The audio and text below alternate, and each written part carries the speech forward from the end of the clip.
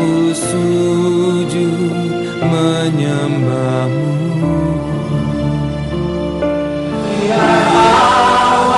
Kemuliaan-Mu.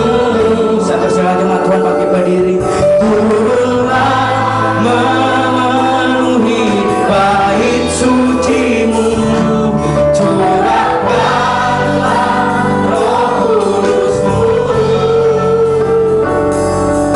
Memenuhi hatiku. Biar awan kemuliaan-Mu.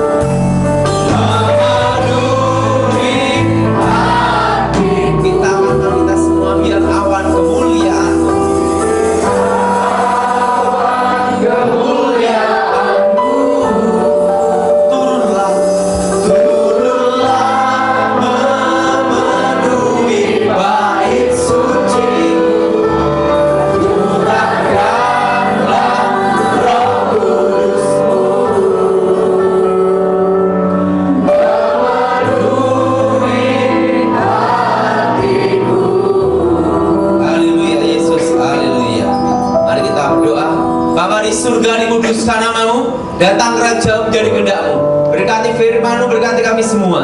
Darah Yesus sucikan kami, darah Yesus bentengi kami, lawat kami sebagai Tuhan, dan namamu dimuliakan. Di dalam nama Yesus, yang percaya katakan amin. Silakan duduk. Shalom. Hari ini temanya adalah bagaimana kita mengalahkan ilmu hitam. Saudara kasih dalam Tuhan, setan hitam, setan putih, semua tetap setan. Amin. Ngomong sama sebelahnya, kamu bukan setan. Kamu bukan setan. Ilmu hitam, ilmu putih itu semua sama. Kalau ilmu hitam itu langsung masuk neraka. Kalau ilmu putih, ilmu mistik putih itu puter-puter dulu, ujungnya sama neraka juga. Nah, jalan yang dikira lurus ujungnya adalah maut. Nah, saat ini kita membahas bagaimana supaya kita bisa mengalahkan ilmu hitam dan supaya kita tidak kena ilmu hitam. Mari kita buka dalam kitab Bilangan pasal 23. Kitab Bilangan pasal 23. Kitab Bilangan pasal 23 ayat 20 sampai dengan 23. Kitab Bilangan pasal 23 ayat 20 sampai dengan 23. Kitab Bilangan pasal 23 ayat 20 sampai dengan 23. Saudara yang ganjil saya genap, ketahuilah aku mendapat perintah untuk memberkati, dan apabila dia memberkati maka aku tidak dapat membalikkannya. Tidak ada yang tengok pembincangan di antara keturunan Yakub, dan tidak ada dilihat kesetaraan di antara orang Israel. Tuhan Allah mereka menyertai mereka, dan bersorak-sorak karena raja ada di mereka. Allah yang membawa mereka keluar dari Mesir adalah bagi mereka seperti tanduk kekuatan lembu jautan. Sebab tidak ada mantra yang mempan terhadap Yakub, ataupun tenungan yang mempan terhadap Israel. Pada waktunya akan dikatakan kepada Yakub, begitu juga kepada Israel, keajaiban yang diperbuat Allah. Ayat 21 saudara baca bersama-sama. Tidak ada apa? Tidak ada ditengok kebincangan. Saudara kasih dalam Tuhan, Balak meminta Bilyam biar untuk nyumpahin orang Israel supaya orang Israel kena sial dan hancur. Tetapi Tuhan mengubah kutuk itu menjadi berkat. Amin. Amin. Dan dikatakan bahwa tidak ada kebincangan. Arti kebincangan adalah celah. Artinya kebincangan adalah kelemahan. Orang bisa terkena ilmu hitam karena pasti ada kelemahan. Ikutin saya, pasti ada kelemahan. Pasti ada kelemahan. Pasti ada kebincangan. Pasti ada celah. Nah, saudara kasih dalam Tuhan, saat ini kalau kita perhatikan banyak hal tentang hipnotis, santet, guna-guna, berbagai macam mantra.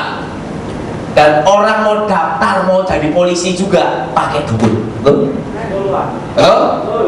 Nah, yang ngomong betul semat, jangan dulu pernah jadi pelaku. Orang mau masuk tentara aja, ada yang pakai dukun, tapi tidak semua, banyak. Nah saudara, saya pernah suatu kali omong-omong sama seorang jenderal bintang 2 di Kopassus. Dia dikawal, dia seorang jenderal. Walaupun dia dikawal, tetap ada yang nyantet dia. Waktu disantet, waktu itu dia baru ngobrol-ngobrol sama saya. Siang bolong disantet, saudara. Saya lihat ada ketika cahaya terang itu kecil itu, cepat sekali, melebihi kecepatan peluru. Kelihatan, langsung tangan saya retak, jatuh, langsung apa? Cahaya putih itu berubah jadi namanya apa? Aku. Langsung jenderal gini. Aduh, ini apa ini? Itu santet. Itu kalau kena saya gimana? Jenderal gini. Jadi jenderal Sarno, Sarakeno. Langsung dia ngomong, karena jenderal ini orang muslim, dia ngomong alhamdulillah, alhamdulillah. Oh, langsung dia ngomong Allah Akbar, Allah Akbar. Padahal kok bisa tahu itu santet? Ya bekasnya dukun, sesama bekas setan tahun menahun. Saudara, nah, orang bisa terkirim ilmu hitam. Ilmu hitam itu, ilmu santet itu kekuatannya tergantung. Kalau orang yang tambah dendam, tambah kuat. Jadi kalau ilmu hitam itu adalah, itu pasti ada namanya belajar karena dendam dan kecewa. Setelah dia kecewa, dia tambah dendam, kekuatan itu tambah kuat. Nah, supaya kita tidak terkena ilmu hitam, itu gimana cara mengalahkannya? Yang pertama, orang bisa terkena ilmu hitam karena orang itu mempercayai adanya hubungan antara orang mati dan orang hidup. Dengar saya, mempercayai. Dengar saya, mempercayai. Ada hubungan antara orang mati dan orang hidup. Kalau orang mempercayai adanya hubungan antara orang mati dan orang hidup, itu paling mudah kena ilmu hitam. Itu celah untuk masuk di alam roh. Misalnya, dia mimpi ketemu ayahnya yang sudah mati. Nah, daripada kamu susah di sini, ikutlah saya. Dia ngomong, ikut papa. Mempercayai itu papahnya dia, besok meninggal. Kenapa? Itu sebenarnya bukan roh papahnya, itu roh setan yang menyamar. Itu ada orang yang mengirim ilmu hitam mengambil nyawanya. Nah, kenapa dia bisa mati? Karena dia ada celah mempercayai adanya hubungan antara orang hidup dan orang mati. Jelas? Jelas? Nah, kalau orang mempercayai, dikirim ilmu santet, wah, rutuk. Srek, buar, itu mercon. Tapi buar, rutuk. Itu ilmu santet. Setelah itu dia mimpi ketemu kakek-kakek tua. Kamu kan susah, mau enggak kamu ikut saya? Mau? Sakit bisa. Langsung santetnya masuk. Jadi kalau orang mempercayai ada hubungan antara orang mati dan orang hidup, orang tersebut paling mudah kemasukan ilmu hitam. Jelas? Jelas? Paling apa saudara? Paling mudah. Paling apa? Paling mudah. Jadi kalau orang mempercayai hubungan antara orang mati dan orang hidup, saudara misalnya,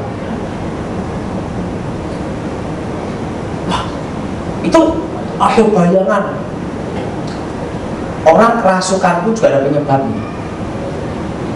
Misalnya di suatu pabrik terjadi kecelakaan mati, wah, mati di situ. Dipercaya di mesin itu ada rohnya, sehingga di mesin itu sering dikasih namanya itu kembang. Setelah itu dikasih wedang kopi, setan suruh rokok sama ngopi, wedangan namanya. Dipercayai arwahnya ada di mesin itu, dibuat ritual, maka itu jadi ilmu hitam. Maka di pabrik itu pasti ada banyak kasus kerasukan. Hubungan antara orang mati dan orang hidup itu putus. Kalau kita mati dalam Tuhan, detik itu juga kita ada di Firdaus. menunggu hari pembagian mahkota, memerintah bersama Tuhan. Amin. Tapi orang yang tidak percaya Tuhan atau orang yang mati bunuh diri, itu langsung ke dunia arwah, dunia orang mati. Tidak ada 7 harian, tidak ada 40 harian, langsung terputus di antara orang hidup. Itu ada di dunia arwah. Ibaratnya saudara, itu kalau neraka adalah bagian dari neraka. Nah, untuk menunggu hari penghakiman. Jadi kalau orang masih mempercayai ada 7 harian, 40 harian, itu bahaya. Jelas? Jelas? Jadi saudara mimpi ketemu kakek nenek sudah mati, itu bukan arwah mereka. Dan kalau sudah mimpi diajak mereka, jangan mau. Jelas? Kalau mau gimana Pak Daud? Check out. Check out. Jelas? Berarti ada orang mengirim ilmu hitam masuk mentelah apa? Mempercaya ada hubungan antara orang mati dan orang. Begitu meyakini, mempercayai, ilmu itu baru bisa masuk tembus. Jadi ilmu hitam itu sampai itu bisa tembus, itu karena ada kepercayaan dari orang tersebut. Ibaratnya ada medan magnetnya dulu, min dan plus. Jelas? Dan saudara tidak mempercayai, wah itu yang mimpi bukan kakek saya itu bukan nenek saya itu bohong. Tidak ada. Tak mau mempercayai, wah itu kemarin kakekku mimpiin saya. Nah itu hati-hati, itu celah roh itu masuk. Jelas? Jelas? Kok bisa tahu Pak Daud? Bekas dukun. Jadi itu kena, ini namanya ilmu hitam masuk ke alam roh. Ikutin saya, masuk alam roh. Ilmu hitam masuk alam roh. Jadi sudah mimpi ketemu anak saudara yang sudah mati, itu sebenarnya roh setan itu, ilmu hitam itu menyamar seperti anaknya. Jelas? Begitu ada respon, oh ya, oke, langsung masuk. Itu sering kejadian itu, betul? Betul? Orang bisa kena ilmu hitam karena dia meyakini, mempercayai. Jadi ingat, jangan ada kepincangan. Ingat, jangan ada apa? Jangan ada apa? Kepincangan. Yang kedua, orang yang takut sama setan itu paling mudah kena ilmu hitam. Jelas? Jelas? Kenapa orang bisa terjadi kerasukan massal? Ada orang kerasukan, megah. Makanya 40 orang kerasukan rame-rame, itu pasti orang penakut semua. Demikian saudara. Suatu kali ada seorang calon anggota DPR RI gitu, dikirim ilmu hitam. Dikirim ilmu hitam. Dari kekuatan ilmu hitam itu mengambil sisi ketakutan manusia. Ikutin saya, sisi ketakutan manusia. Nah,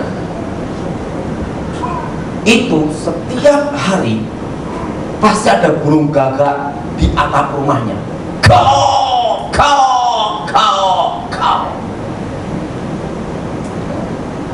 Setelah itu, setiap kali dia di kamar mandi, dia muntah, keluar rambut-rambut di mulutnya. Waktu itu saudara, setiap malam jam 12 ada burung hantu terus. Terus. Udah didoain pendeta berulang-ulang.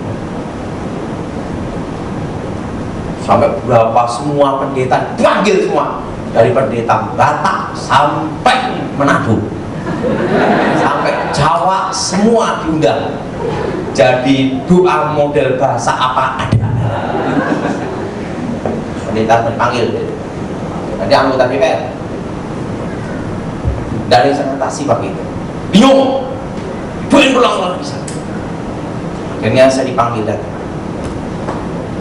Saya lihat bapak ini, saya lihat tukang santetnya ini pengertian. bapak ini kepalanya botak, dikirim rambut. Tapi munculnya bukan di sini, di sini. Waktu itu saya lihat, saya tahu orang kalau kena ilmu hitam, ilmu santet, ilmu guna-guna, semakin takut dia tambah parah. Jelas? Karena kekuatan ilmu hitam itu memakan ketakutan manusia. Semakin takut tambah parah.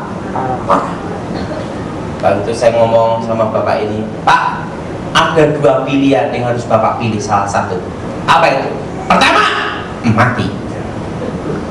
Kedua, sembuh. Aku pilih yang sembuh.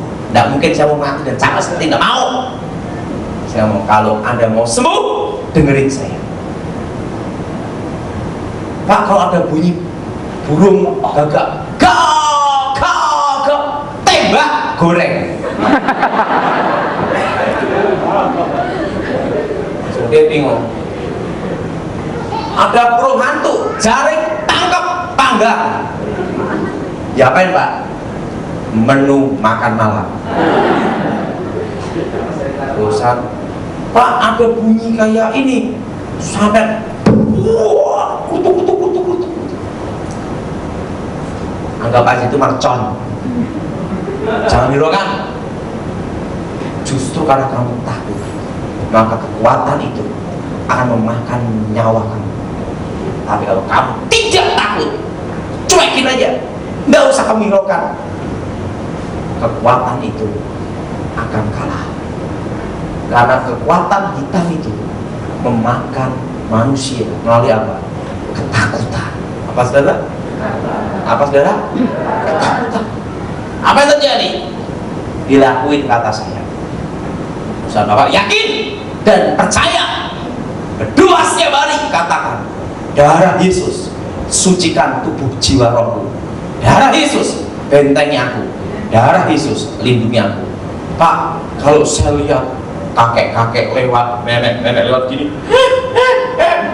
gimana? Kamu tonjok aja.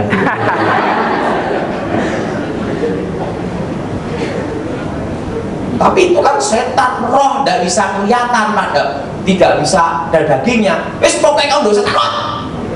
Dia datang, kamu datengin. Mau apa kamu? Justru kalau kamu takut, kamu makan nyawa kamu. Nah, itu kalau nanti setan datang, nah, tonjok aja. Kalau dia datang, tendang aja. Kalau kamu takut, kamu tambah parah. Kamu percaya bernama Yesus, nama yang berkuasa. Katakan, darah Yesus hancurkan segala roh jahat. Dan ingat, kalau kamu takut, kamu mati. Tapi kalau kamu tidak takut, kamu menang. Maka Alkitab berkata, jangan takut itu dari kitab Kejadian sampai Wahyu itu banyak. Jelas? Nah, ini dilakuin. Malam-malam dia datang sendiri. Santet! Mana lo, gua tunggu. Burung gagaknya ditungguin mau ditembak. Nah, tunggu dia. Dia doa. Dia santet datang, nak doain dan nama Yesus, setan keluar. Setan datang, tonjok lo. Gitu dah. Ngomong sendiri kayak orang gila. Dipraktekin bener sama dia. Dia tidak takut bener. Dia tungguin bener malam-malam itu. Tidak takut dia. Sembuh. Justru orang yang takut sama setan itu sering didatangi setan. Jelas? Jelas? Tapi orang yang berani sama setan, setanmu tidak mau nampakin. Kenapa? Ditakutin pun percuma. Betul? Nah, yang kedua, supaya saudara bisa mengalahkan ilmu hitam, saudara jangan takut sama setan. Amin? Jangan apa, daerah? Jangan apa? Jangan apa? Jangan takut sama apa? Dan ngomong sebelahnya. Dan kamu jangan jadi setan di sini. Amin? Amin? Yang pertama apa, daerah? Jangan mempercayai adanya hubungan antara orang dan orang, terutama pada waktu saudara mimpi. Jelas? Itu maknanya santet melalui apa? Alami kiriman ilmu hitam melalui alam mimpi. Begitu meyakini, lewat itu semua, selesai. Yang kedua, apa saudara? Jangan takut. Jangan apa? Dan yang ketiga, ikutin saya, jangan pelit. Ngomong sama sebelahnya, kamu jangan pelit. Dan harus berkata, buktikan. Loh, saudara, sebelum saya bertobat sebagai seorang dukun, saya tuh tahu namanya hukum takdir, bahwa kekuatan ilmu hitam bisa dilawan dengan hukum takdir, namanya pakem takdir. Sebelum saya bertobat, saya tahu bahwa hanya orang-orang pelit saja yang bisa dimatiin rezeki. Hanya orang-orang pelit saja yang bisa dimatiin sandang pangan. Hanya orang-orang pelit saja yang bisa dihambat untuk naik pangkat. Jadi dukun itu tidak sembarang asal terima order. Gimana orangnya? Suka ngomel, pelit, order diterima. Selesai. Orangnya gimana? Suka nolong, bantu tempat ibadah, order hilang. Karena apa, saudara? Ada hukum takdir. Sebelum saya bertobat, kenapa ada acara bancaan selamatan? Setiap untuk ngalahkan ilmu hitam, untuk nawarkan ilmu hitam, netralkan ilmu hitam, pasti dukun adakan selamatan bancaan. Itu pasti itu, betul? Betul? Betul? Itu apa sebenarnya? Nah, ini rahasianya. Saudara, rata-rata yang makan bancaan selamatan itu orang-orang miskin. Orang-orang apa? Orang-orang miskin.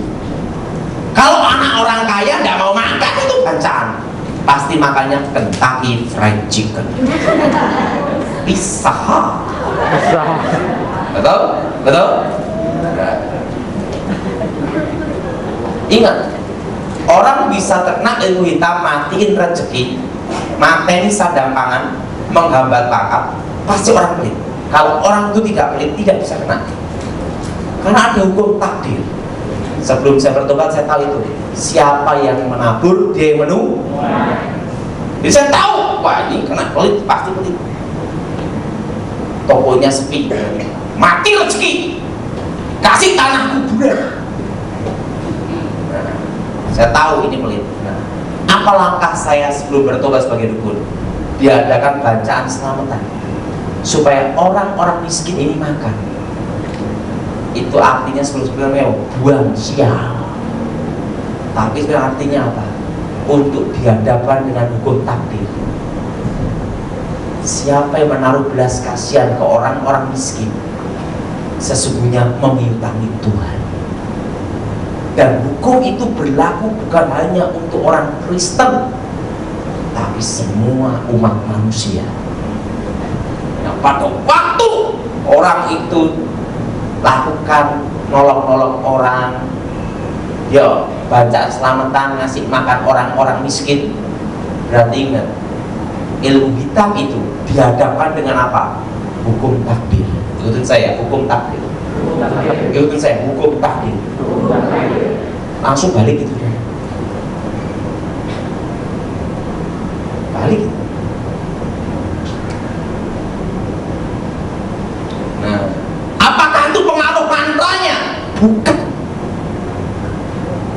Apakah itu mantra penangkalnya pengaruh? Tidak. Walaupun di mantranya sampai udah habis, kalau dia tidak lakukan itu untuk ngasih orang-orang miskin, tidak bisa.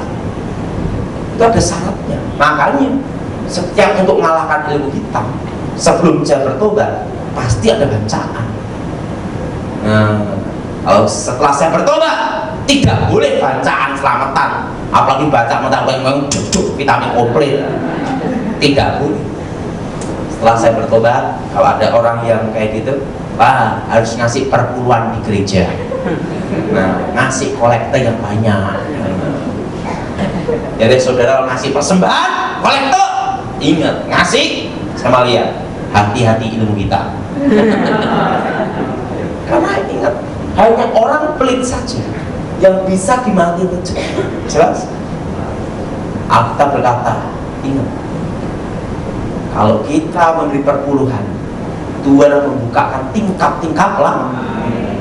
Artinya apa? Siapa yang menabur dia menu.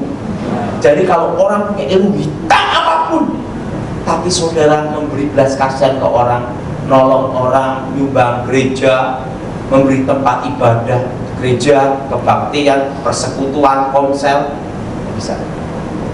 Sekalipun sejago apapun, dukun ilmu hitam apapun, bisa. Kan di situ ada hukum takdirnya. Jelas? Jelas? Ada hukum apa, saudara? Ada apa? Ada hukum takdirnya. Tidak sembarangan punah, enak amat. Bisa. Hukum takdir di situ. Makanya Alkitab mengajarkan apa? Engkau harus belajar apa? Menabur. Amin. Itu saya menabur. Dan pasti menu. Nah, ilmu hitam apapun begitu kena hukum ini sudah balik. Itu otomatis. Karena itu juga ada di firman Tuhan. Jelas? Jelas? Nah, kalau kita orang Kristen tidak boleh bacaan selamatan, tidak boleh. Apalagi panggil dukun baca mantra, woi sesat. Malah tambah gini dia. Melawan kebenaran. Kalau kita orang Kristen percaya Tuhan Yesus, adakan apa kok? Persekutuan, musuh iman, nolong orang, membantu tempat ibadah gereja, memberi perpuluhan, udah selesai. Coba aja. Saudara, ada yang ngalami kena ilmu hitam, mati rezeki, mati sadang pangan, lakukan itu. Selesai. Jelas? Jelas? Jelas? Yang keempat, ikutin saya, jangan berzina.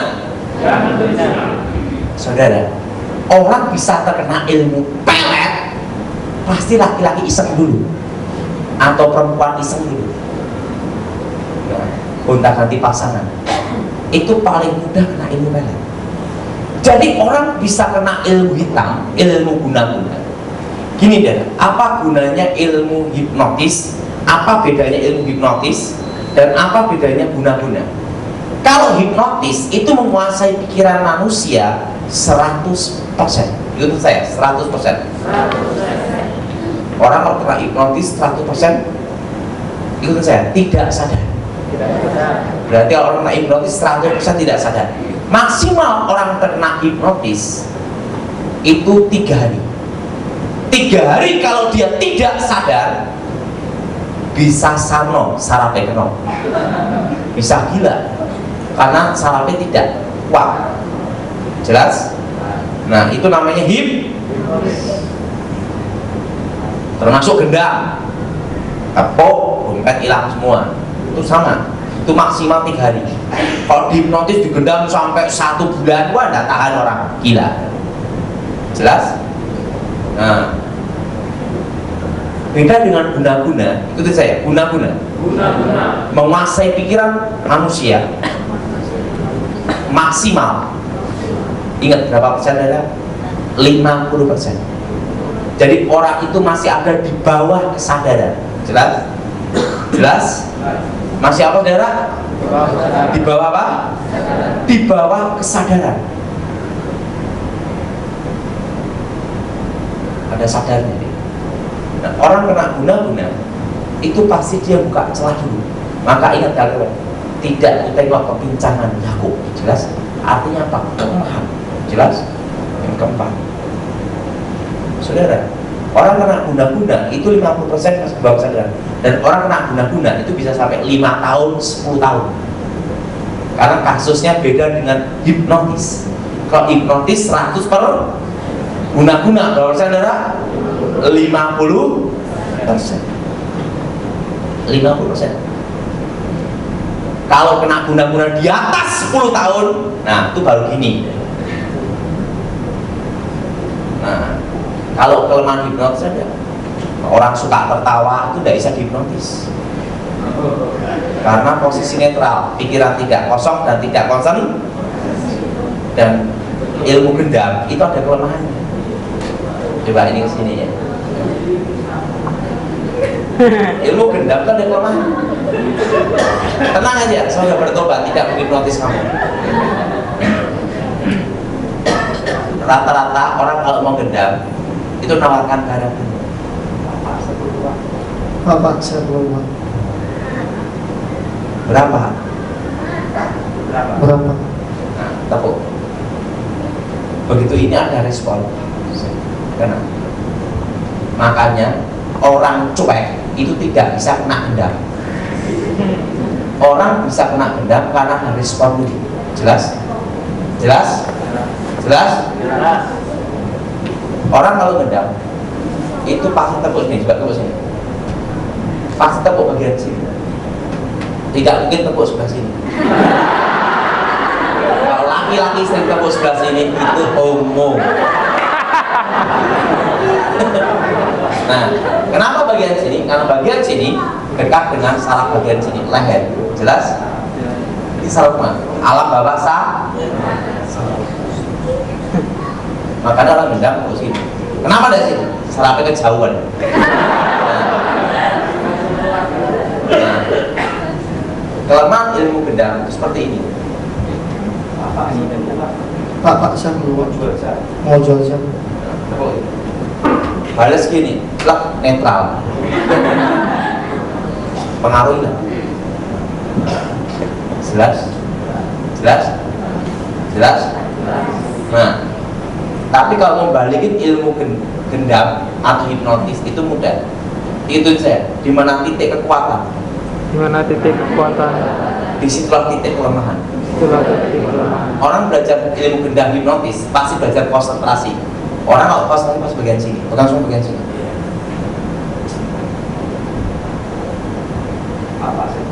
Bapak saya belum. Mau jual jam. Balas gini, ngapain kamu blok? Dia akan terkena ilmu gendam hipnotisnya sendiri. Selama 1 jam dia terpengaruh ilmunya sendiri. Nanti kita ngomong mana dompetmu.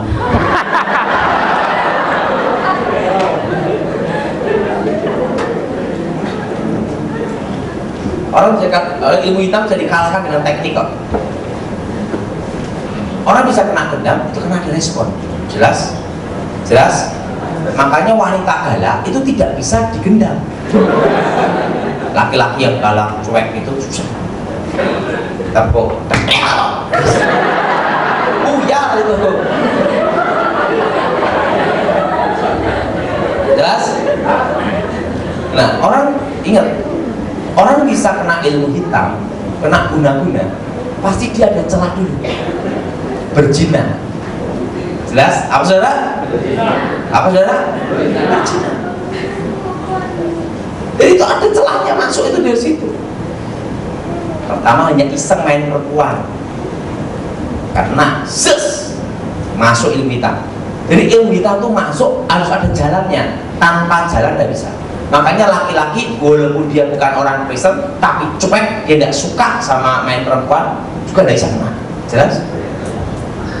Tapi sekalipun Kristen tapi sukanya main cewek, gini-gini terus, kena ilmu hitam, selesai itu. Jelas? Jadi itu harus ada celah masuknya. Jelas? Nah, bagaimana supaya kita tidak kena ilmu hitam? Kita belajar hidup kudus dan tidak boleh berzina. Sekali kena, selesai. Pernah ada orang terkena ilmu pelet sampai 15 tahun, sampai dia jadi petani, padahal bos besar, terpengaruh ilmu. Ingat, pertama apa? Iseng main perempuan, wanita panggilan. Nah, tiba-tiba wanita panggilan ini punya ilmu hitam. Sekali masuk, 2 kali, 3 kali ilmu hitam masuk, stop, kena itu.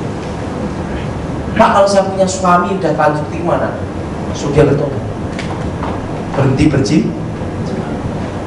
Kalau dia punya komen berhenti berzina, selesai. Ilmu hitam itu saudara, ingat kan? Ilmu guna-guna. Orang yang kena itu masih terpengaruh ilmu hitam itu 50%, tetapi 50% masih sadar. Jelas? Jelas? Kalau dia sadar, saya mau stop, selesai. Dan dia harus berdoa dulu. Itu saya, darah Yesus, hancurkan kutuk. Darah Yesus, hancurkan mantra. Darah Yesus, hancurkan setan. Segala roh jahat keluar dari Yesus. Dia doa seperti itu, tapi dia sudah komitmen, berhenti. Selesai. Jadi orang bisa kena ilmu hitam itu ada celah-celahnya, dan cara mengalahkannya juga harus ada namanya komitmen dalam diri kita. Jelas? Jelas? Nah, ini benar-benar. Yang kelima, rokok. Siapa yang rokok? Angkat tangan.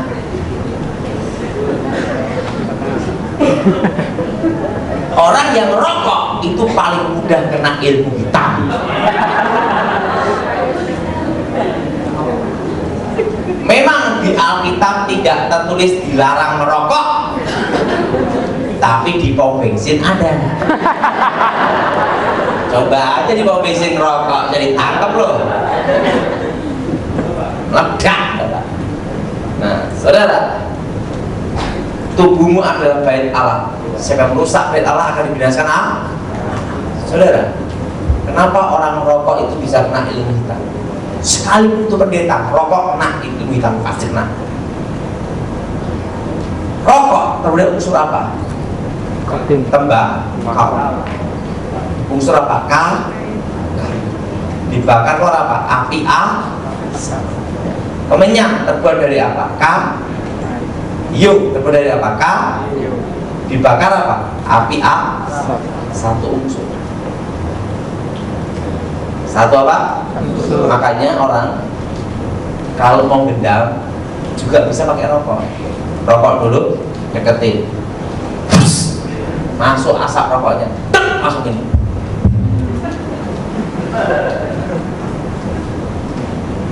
Orang kalau merokok itu paling mudah disadar, karena unsurnya sama dengan pengirimnya, yaitu Pak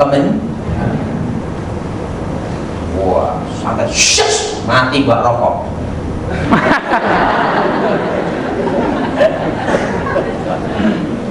Untuk berhenti merokok itu harus ada komit, supaya tidak kena ilmu hitam. Berhentilah merokok. Lebih baik uangnya yang beli rokok itu untuk gereja aja, jangan beli rokok. Pak Atau senang sekali. Jadi orang bisa kena ilmu hitam itu harus ada namanya kepincangan. Ada apa, Dara? Kepincangan. Ada apa? Ada kepincangan dulu. Tanpa kepincangan tidak bisa. Jelas? Nah, yang keenam, akar pahit kecewa dendam. Ikutin saya, akar pahit kecewa dendam. Orang yang akar pahit kecewa dendam itu paling mudah kena ilmu hitam. Kenapa Alkitab mengatakan segala amarah, segala kekecewaan, segala dendam selesaikan itu sebelum matahari terbenam? Kenapa? Orang kalau emosi, marah, kecewa, dendam dibawa sampai tidur tengah malam, santet dikirim melalui apa? Mimpi. Pasti kena. Santet itu rata-rata tuh kirim pasti malam. Pak, ada enggak dukun santet kirim siang-siang? Itu dukun gembleng, goblok. Rata-rata tuh orang kalau emosi, dendam, kecewa sampai tidur terbawa kan? Terbawa oleh apa? Mimpi. Kirim ilmu hitam, nah itu. Ingat, ada kepincang, ada ada celah untuk supaya tidak kena ilmu hitam. Ingat, di dalam diri kita harus ada namanya pengampunan. Kalau kamu tidak mengampuni, Bapamu tidak mengampuni. Kalau kamu mengampuni, Bapamu pun mengampuni. Ingat, sudah punya marah, emosi sama orang, sebelum matahari terbenam bereskan dulu. Kalau itu dibawa sampai tidur itu bahaya. Jelas? Jelas ya? Nah, yang ketujuh, orang yang suka berkhayal, ngalamun.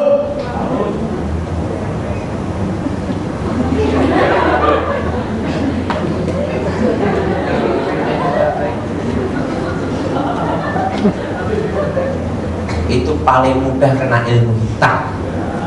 Apalagi yang suka ngalamun cewek, ilmu hitam ini kena pelet. Makanya setiap kali jangan sampai ngalamun, dengarkan firman. Amin. Dengar apa? Firman Tuhan. Dengar apa? Jadi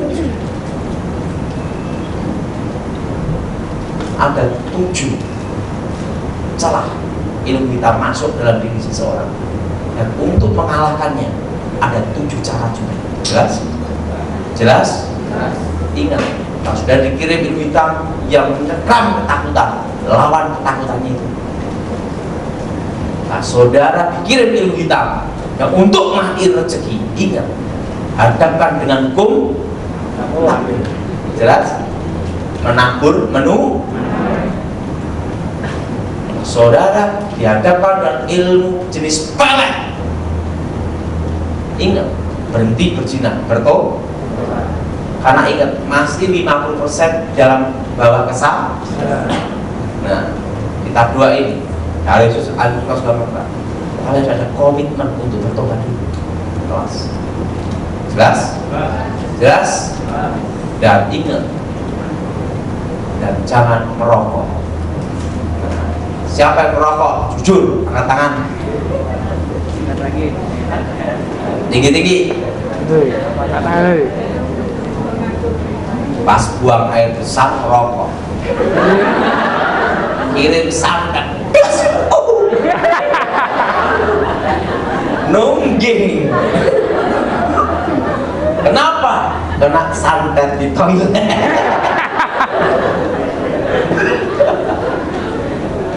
Jadi saya beritahu, kenapa orang rokok bisa kena ilmu santet, ilmu hitam? Ingat, selain masuk oleh apa? Up. Dan untuk berhenti merokok itu harus ada namanya komitmen dalam diri kita. Jelas? Nah, saya berharap semua yang merokok berhenti hari ini. Amin. Amin. Tapi saya punya kisah, saya punya papa tuh saya berhenti merokok itu karena ada caranya. Dia itu rokoknya itu sampai 2 pak, 3 pak ya. Kopok kayak kompor dia tuh rokok. Tiba-tiba kena jantung. Dulu tuh udah dicoba supaya berhenti merokok tuh, dia ngerokok suruh alihkan makan permen. Setelah makan permen, ya makan permen dia merokok. Waduh, susah toh. Akhirnya ke dokter karena dia sakit jantung, kok jantung berdetak gitu.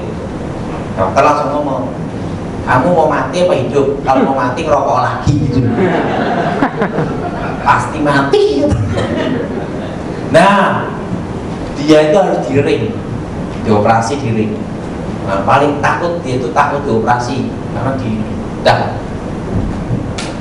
di situ dia berdoa sungguh-sungguh berhenti ngerokok. Dia berhenti ngerokok, tapi jantungnya tetap harus di ring. Dokter ngomong harus di ring. Kalau berhenti harus di ring. Dia berdoa pagi, setiap pagi ke gereja. Biasanya dia itu bangun tuh jam 9 pagi kalau tidur. Itu karena dia sakit jantung, dia cari Tuhan sungguh-sungguh, dia berdoa, itu jam 5 pagi bisa bangun. Makanya ada waktunya orang itu harus ditakut-takutin dulu ya. Betul? Apa yang terjadi? Dia berdoa. Setelah itu malamnya dia mimpi.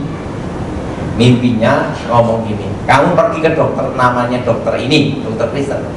Kamu ke sana. Dia datang sesuai mimpinya itu, datang ke dokternya itu, cek jantungnya. Kamu sembuh, tidak perlu dioperasi. Langsung papa saya ngomong, haleluya. Itulah dia berhenti merokok sampai sekarang. Akhirnya sembuh sampai sekarang. Ada waktunya itu orang tuh berhenti ngerokok perlu ditakut-takuti.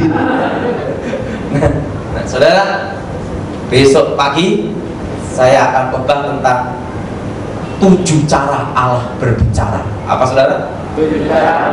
Ada berapa saudara? 7 cara. 7 cara Allah berbicara. Ya saudara, menghadapi kasus ilmu hitam menutup mati rezeki, ada caranya. Harus apa saudara? Hadapi hukum apa? Takdir. Dan ingat, hukum takdir itu sudah ada di Alkitab. Siapa yang menabur, dia yang menuai. Mari kita pakai berdiri. Saudara yang minta didoakan, silahkan maju ke depan. Awan kemuliaan.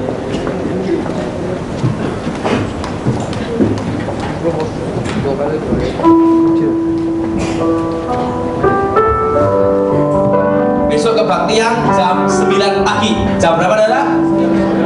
Jam 9 pagi. Saat sore jam 5. Sore jam berapa saudara? Jam 5. Ya Tuhan, ku rindukan hadirat-Mu, memenuhi hatiku. Rohku sujud menyembah-Mu, ya Tuhan. Ku rindukan hadirat-Mu, memenuhi hatiku. Rohku sujud menyembah-Mu, biar awan kemuliaan-Mu turunlah memenuhi bait suci-Mu. Curahkanlah Roh Kudus-Mu